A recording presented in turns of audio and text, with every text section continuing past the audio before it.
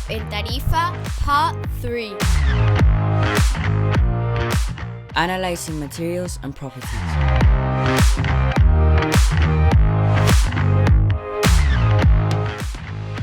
Drawing and cutting process.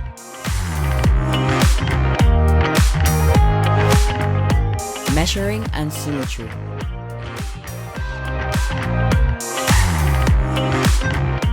Hot stamping process.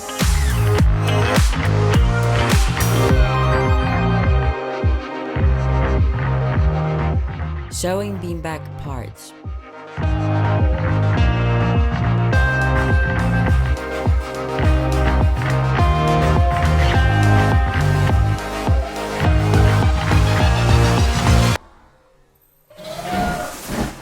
And this is pre-engineered.